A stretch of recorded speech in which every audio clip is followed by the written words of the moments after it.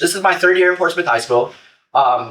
We kind of are in year 3 of a revamp, complete revamp.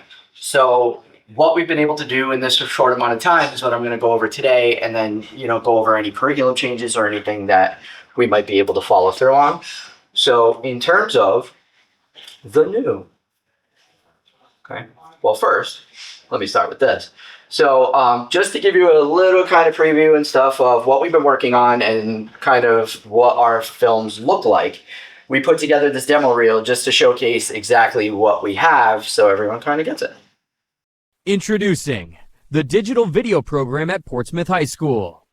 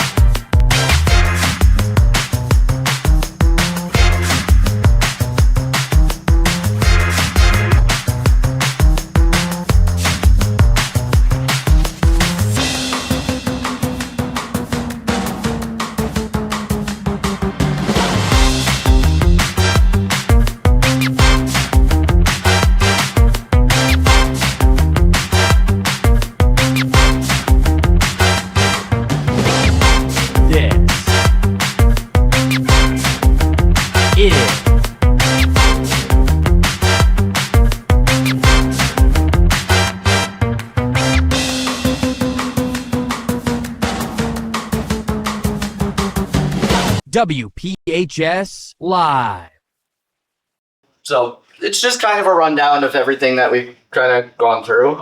Pretty much all of the major films, the award-winning stuff that we have produced in the last kind of couple years.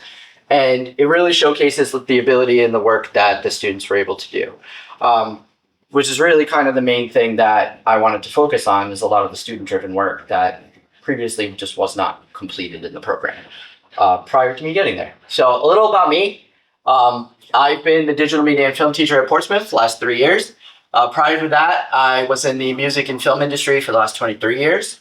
As digital media teacher, I've kind of changed the vision of what the program is currently, creating our program's first feature film, as well as many award-winning short films now, and bringing the program its first Emmy nomination this past year.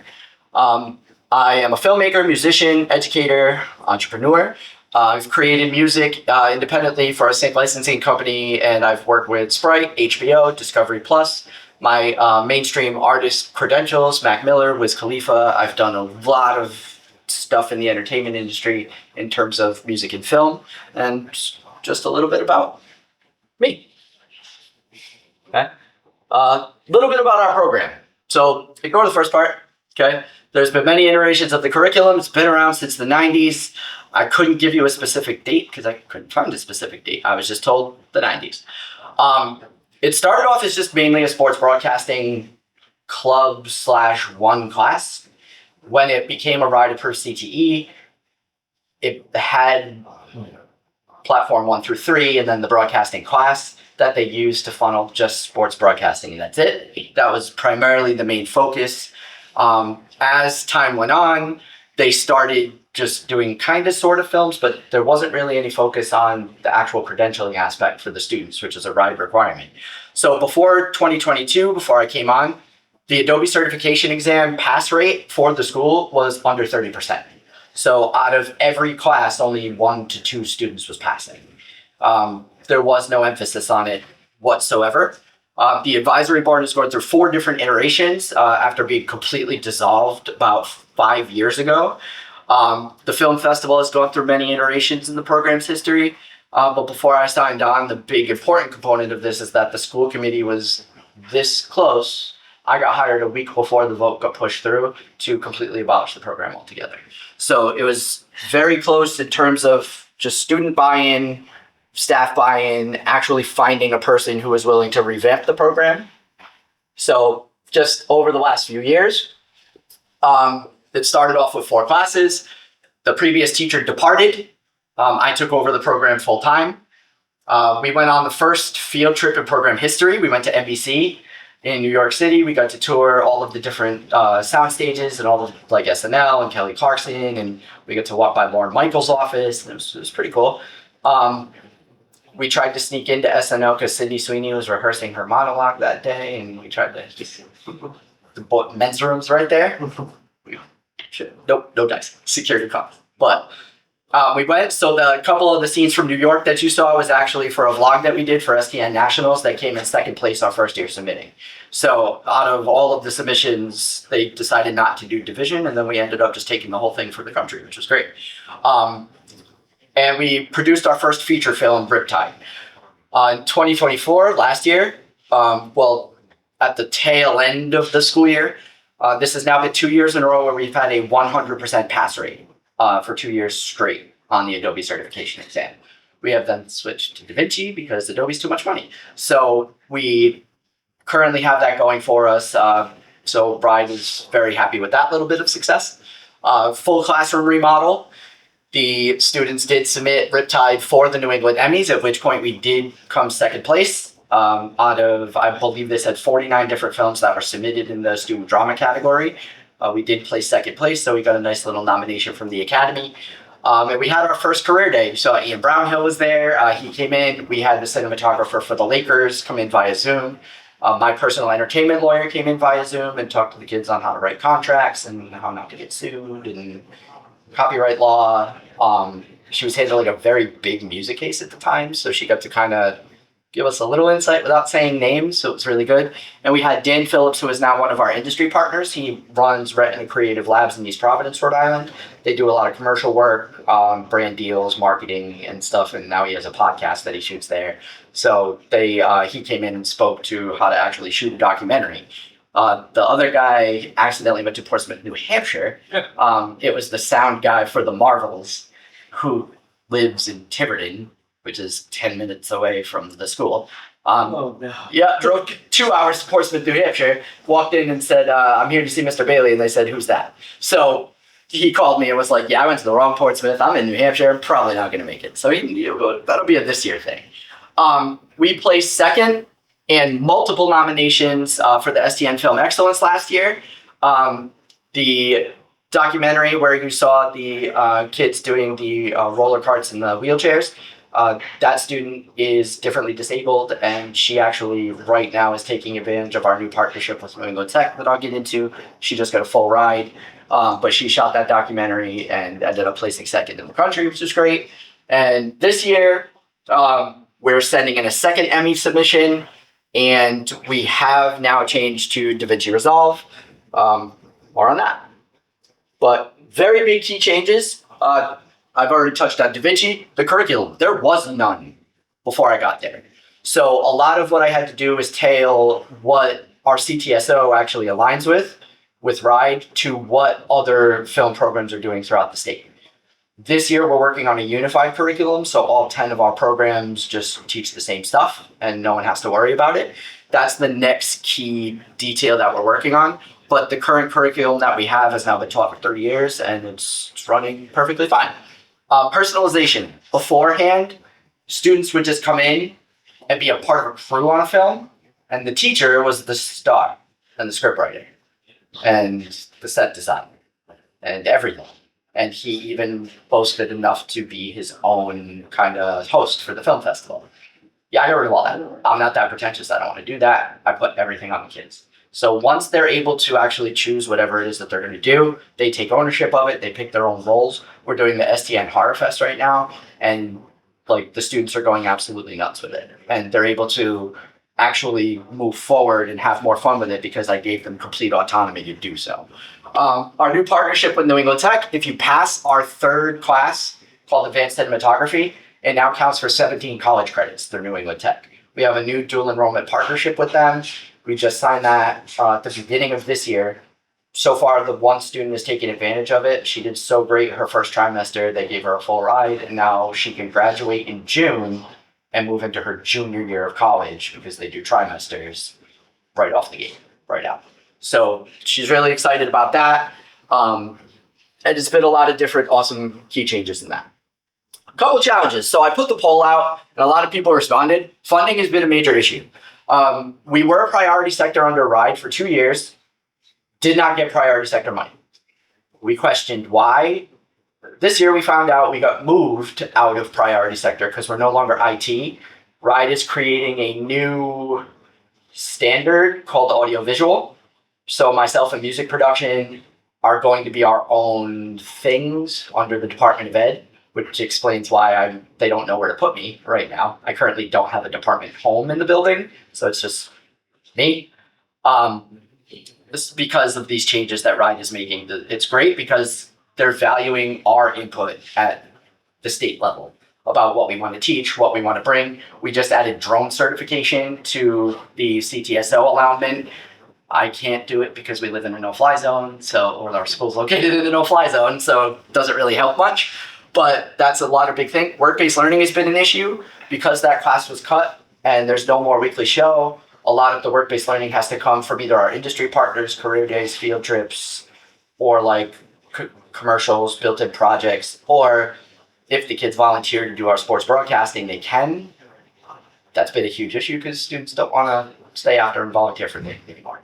So getting them to the 80 hours required has been pulling teeth. Prior to me getting there, they've done 0 hours. So that class that I inherited my first year didn't even know they had to do hours. So I had to essentially get them all to the 80, which was kind of hard to do. Collaboration, it's just me in the building. There isn't anybody else like me. There isn't any other department like me.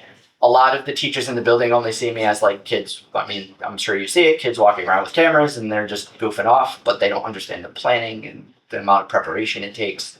So last year, myself and the history department collaborated on the C-SPAN documentary competition. We sent in 44 total submissions, but they're the only department to ever reach out to collaborate on anything. I'm trying, not for lack of trying, but it's been a lot of misconception about what our program is in the building, and I'm really working hard to kind of try and change that. Plus, there's only 10 of us teachers who teach film in the state, so it's been kind of difficult for that. Student enrollment has been challenging. The first year enrollment was super low. The second year, it kind of went up a little. This year, almost all the classes except for the advanced class, because of the low enrollment, are full. So I count my classes at 20 because I only have 20 computers. It's at 17, 17, 18 for the intro, 18 for the intermediate, and then 6 for the advanced because that's how it is. But it's growing. Right now, there is discussion of promoting another teacher in the building who is willing to get certified to the second teacher because we've already run the numbers of interest at the middle school level now, and it's only getting better. So there is a lot of growth and there is a lot because we are doing a lot to spark interest, but it's keeping that enrollment up. That's the biggest worry, at least for the school and for funding. So success stories. NBC obviously touched on that. We shot our first feature film, Riptide, which was Emmy nominated. The Adobe Premiere pass rate, I already touched on, so we don't need to look at that. Our first media career day, Patriots meeting Patriots. That is Eric Martin, former linebacker of the esteemed New England Patriots, who coincidentally is a family friend now. So he came in and the students were able to interview him and kind of get signed footballs, and it was a really big thing for those who wanted to stay after and meet him. Really nice guy, but things were that. So that was a big first for the building because we are the Portsmouth Patriots, and it was cool to have a Patriot in the building. We started our film festival up again last year. It was packed. We did it at our middle school because unfortunately our roof fell in a month before the film festival at our school. So we did it at the middle school, packed the house. It was great. This year we're kind of going even further. Myself and the 10 other film teachers are all collaborating on the new Rhode Island Youth Film Festival. I mean, it's open to anybody, but the 10 schools are going to be involved in a collaborative effort. We're doing it at the East Greenwich Theater on Main, and it's going to be a 2-day thing. So it's going to be like a Wednesday, Thursday in June, and it's really even bigger than what our individual festivals were last year, which is great. Our NEIT partnership, I kind of already touched on that. We've won multiple SDN festivals, which was great because prior to me getting there, they never even submitted to any festivals. So the fact that starting year 1, And then year 2, I think we won a couple in film excellence, and then 1 at nationals. And the rest of the submissions we didn't. It was really big for us. The work-based learning opportunities in Rhode Island. It was just announced they're opening a $305 million film studio through Warner Brothers and Universal in around near Johnson and Wales University. So we're going to try to work with the Rhode Island Film and TV office to get our kids in on more film sets and things. We tried to get them on the set of the M. Night film that was being there. They said no, because M. Night was very particular. We tried the Glenn Powell movie, but it was over the summer, so that was a big thing. But one of the members of our advisory board is actually the director of the Gilded Age, so he's able to kind of come and help us navigate some of that new opportunity that's there for us. Future things we're trying to explore. AI backdrops. I'm sure you guys are AI'd out today because it's a big topic of discussion. What's AI? Our school hates it. Why? Who knows? They're afraid of it. I'm not. I want to do cool stuff with it. So we're doing Google Gemini fake backdrop things. I ordered a 4K projector screen, and the kids are pretending they're in the Sahara Desert, and it's wonderful. So with DaVinci, I want to show them how to do like special effects and like different green screen things that you can do, and try to enhance what we already have to make it a little bit better to compete more on the national level. Now, through our partnership with Retina Creative Labs and a couple other film studios, we want to be able to embed our students to do projects there or to work there. 2 of our students are currently doing a full year internship there, so that all of their hours are done. So Dan was able to get them in, and he's on our advisory board now too, so which is great. And then DaVinci, obviously, we have now changed to that, and the kids actually caught on very quickly to that. Here are some stills. That's from the Newport Car Museum. We shot a documentary for them about the history of it. The Norman Bird Sanctuary, Newport. We had a student who worked at Bill's Boats in Portsmouth, and that's how he got all those cool drone shots, because he is drone certified. So he was able to get a lot of that, and then a few others that we were able to complete. So before I actually go through that, okay, one of our biggest points of contention right now, and if the 4th class were to return, is the whole social media marketing aspect. And what I'm trying to instill in students right now is that what you are currently making does have an impact, whether or not you know it yet or not. Your final end result will matter in the long run. So what I try and show them is right out the gate. So before, our DV1 students could not submit to anything. They couldn't really make anything of value. That changed last year. I tested the waters and see what they could do and what they were capable of. Fully capable. And my DV1 classes this year actually outshined them by spades. So I literally stop and I show them, all right, we're going to upload your video on this day. So on the day that the STN ones are due on the 24th, I will have them come up with hashtags and everything with ChatGPT, keywords, everything that they need. Okay, now we're going to upload this to YouTube. After we put the metadata in DaVinci, we'll upload it right up and see and track our numbers between now and Halloween to see what the traction is that you're getting. So now, not only are they able to see in real time what exactly their content is able to do, but I go over all of the analytics. I go over like all of the different views per video. We also track our live streams through here to see what's performing well and what isn't. That's why we don't do hockey anymore, because hockey does not perform well on our channel. But I go through and touch on, so for example, these are all the films from our film festival that have a decent amount of kind of traction already.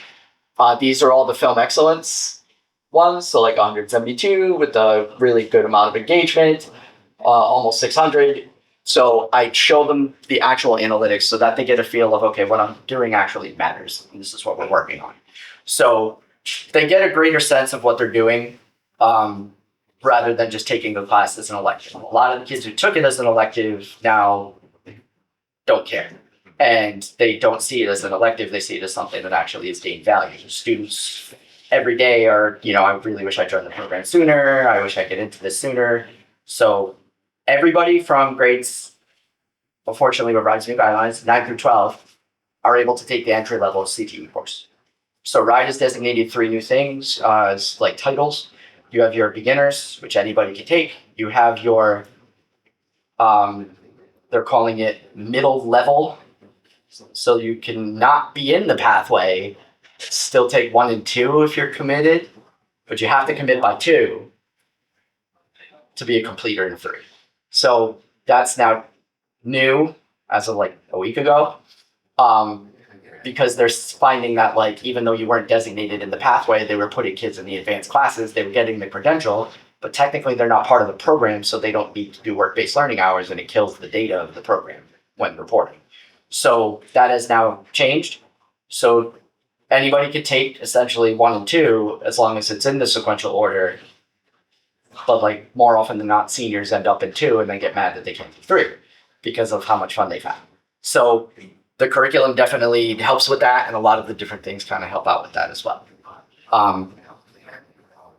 am I doing on time? Wow, I have a lot of time. So I can answer a whole mess load of questions if you really want to know anything.